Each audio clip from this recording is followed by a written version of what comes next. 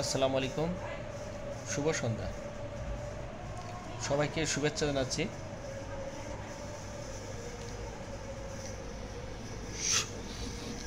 গন্ধরাজ ফুলের শুভেচ্ছা। আশা করি সবাই ভালো আছেন ইনশাল্লাহ। গন্ধরাজ ফুল হয়তো এই সুগন্ধি গন্ধের জন্য হয়তো নামকরণ করা হয়েছে গন্ধরাজ ফুল। বাংলায় নামটি গন্ধরাজ, ইংরেজিতে গার্ডেনিয়া, বৈজ্ঞানিক নাম গার্ডেনিয়া জেসমিনোডাইস। এই ফুলের পরিবার হচ্ছে রুবেসিয়া পরিবারের, অর্থাৎ কফি পরিবারের একটি ফুল, সপুষ্পক উদ্ভিদ। এই ফুলের নামকরণটি করা হয় আমেরিকার প্রকৃতিবিদ ডক্টর আলেকজান্ডার গার্ডেনের নাম অনুসারে। এই ফুলের নামকরণ করা হয়।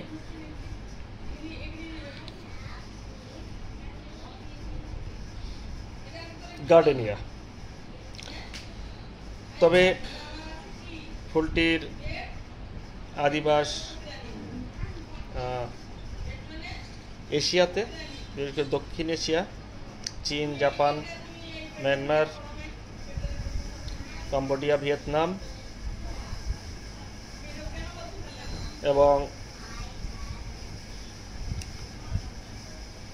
আমাদের ভারতবর্ষ, বাংলাদেশ এবং ভারত।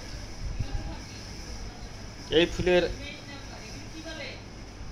এই মধুময় গন্ধের জন্য হয়তো আমরা সবাই ফুলটি পছন্দ করি। ফুলটি দেখতে সাদা।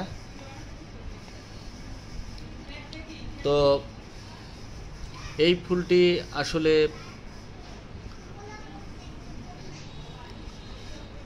অনেক আর্দ্রতাপূর্ণ আবহাওয়াতে, বিশেষ করে আমাদের গ্রীষ্ম থেকে শরৎকাল পর্যন্ত এই ফুলটি আমাদের এখানে ফুটে থাকে বা আমরা এই ফুলটি দেখতে পাই। গাছটার আকার আকৃতি পাতাবহুল একটি গাছ। 2 থেকে 3 মিটার পর্যন্ত গাছের উচ্চতা হতে পারে। কেউ কেউ টবের ভিতরে ছোট করে ছেটিয়ে রাখে। সবুজ পাতাযুক্ত সপুষ্পক উদ্ভিদ।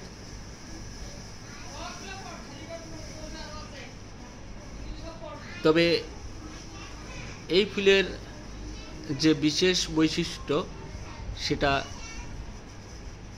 গন্ধরাজ হওয়ার কারণটা হচ্ছে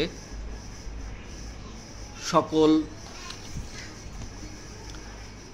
ফুলের যে সাধারণ স্মেলগুলি আমরা পাই, তার থেকে অতীব মায়াময় এবং ভালোবাসাপূর্ণ সুমিষ্ট গন্ধ, মন মাতানো এই গন্ধরাজ, যা আপনারা অবশ্যই ইতিমধ্যে অনেকেই উপভোগ করেছেন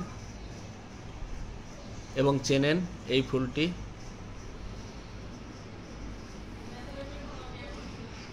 প্রকৃতিতে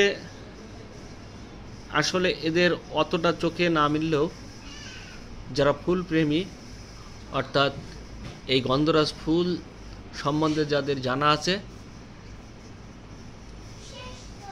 তারাই এর মর্মতন্তু বুঝতে পারে যে আসলে ফুলটা অপরিমেয় গন্ধযুক্ত।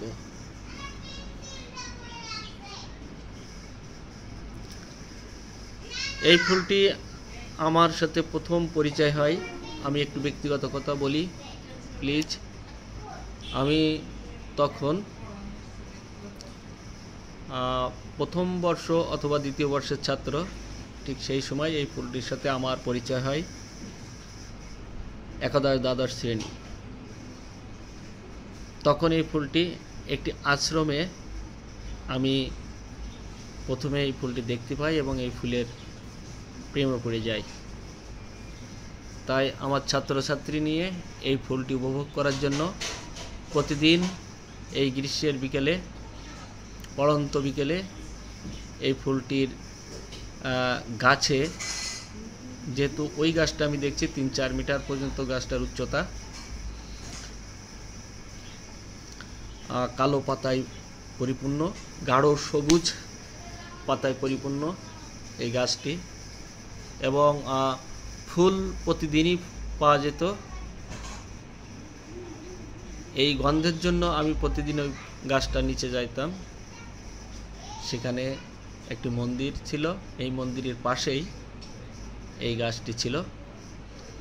অনেক প্রাচীনকালে হয়তো এই গাছটি কেউ শখ করে এখানে রোপণ করেছিল, যার কারণে অনেক বয়স হওয়ার কারণে গাছটা কিছুটা বড়। তো আজ এ পর্যন্ত। যদি আপনাদের ভালো লাগে তো অবশ্যই আমার ফুলটিকে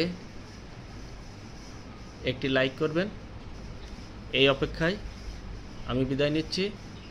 ফার্মার মতিউর রহমান। আল্লাহ হাফেজ। সবাই ভালো থাকবেন, সাবধানে থাকবেন, নিরাপদে থাকবেন।